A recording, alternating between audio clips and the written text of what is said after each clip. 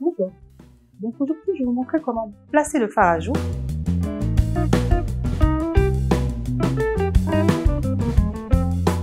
Beaucoup de clients qui se demandent d'abord comment le placer et le choix de la couleur. C'est très important.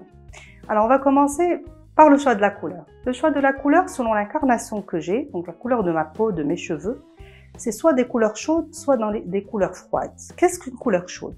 Une couleur chaude, c'est une couleur, on va se rappeler du feu. L'orange, le rouge, le jaune, c'est des couleurs qui sont un peu chaudes. Donc, n'importe quelle couleur, par exemple un rose, je vais le prendre en couleur plus qui vire vers le marron. C'est un rose chaud. À côté, je vais pouvoir prendre un rose plus froid pour une cliente qui a un teint plus froid. Donc, le choix de la couleur est très important. Si j'ai des cheveux avec méchés dorés, j'ai une pommade, etc., et je veux mettre quand même du rosé, je peux le mettre, mais je vais choisir un rose qui vire vers la couleur chaude. Ou sinon, carrément, je vais mettre une orangée, c'est ce qui va m'aller le mieux, une couleur terre, un marron, c'est tout. Là, je vais choisir des couleurs qui sont plus dans les bronzes, dans les marrons, etc. D'accord? Donc, le choix de la couleur est très important par rapport à ce que je vais porter, bien sûr. Et je choisis des couleurs chaudes ou froides. J'espère que vous m'avez bien compris. Après, l'emplacement. Selon la forme de mon visage, plus mon visage est long, plus je vais éviter de mettre mon fer à joue vers le haut. Parce que ça risque de m'allonger encore plus mon visage. Je vais le mettre au contraire en horizontal pour essayer de casser la forme du visage. Bien sûr, même le contouring, etc. vont se mettre dans la même... on va suivre le contouring. Si j'ai un visage rond, je vais essayer donc de le creuser, donc mon fard à joue sera juste au-dessus de la partie que j'ai creusée. Si j'ai un visage triangulaire, la partie donc triangulaire, c'est une pointe, donc je vais le mettre plus vers le haut pour essayer de remplir l'emplacement que j'ai souvent qui est assez...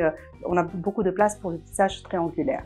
L'autre conseil, donc on a parlé du choix, de l'emplacement, comment placer mon fard à joue? Je vais choisir par exemple celui-ci qui est légèrement brillant, qui est mon modèle a les cheveux un peu qui virent vers le marron doré, donc elle est dans les tons chauds. J'utilise un marron un peu doré. Je mets mon fard à joue directement. Ça fait vraiment une auréole et ça fait une trace. Je vais toujours vers la racine de mes cheveux et je vais vers l'intérieur. Comment je vais prendre mon fard à joue?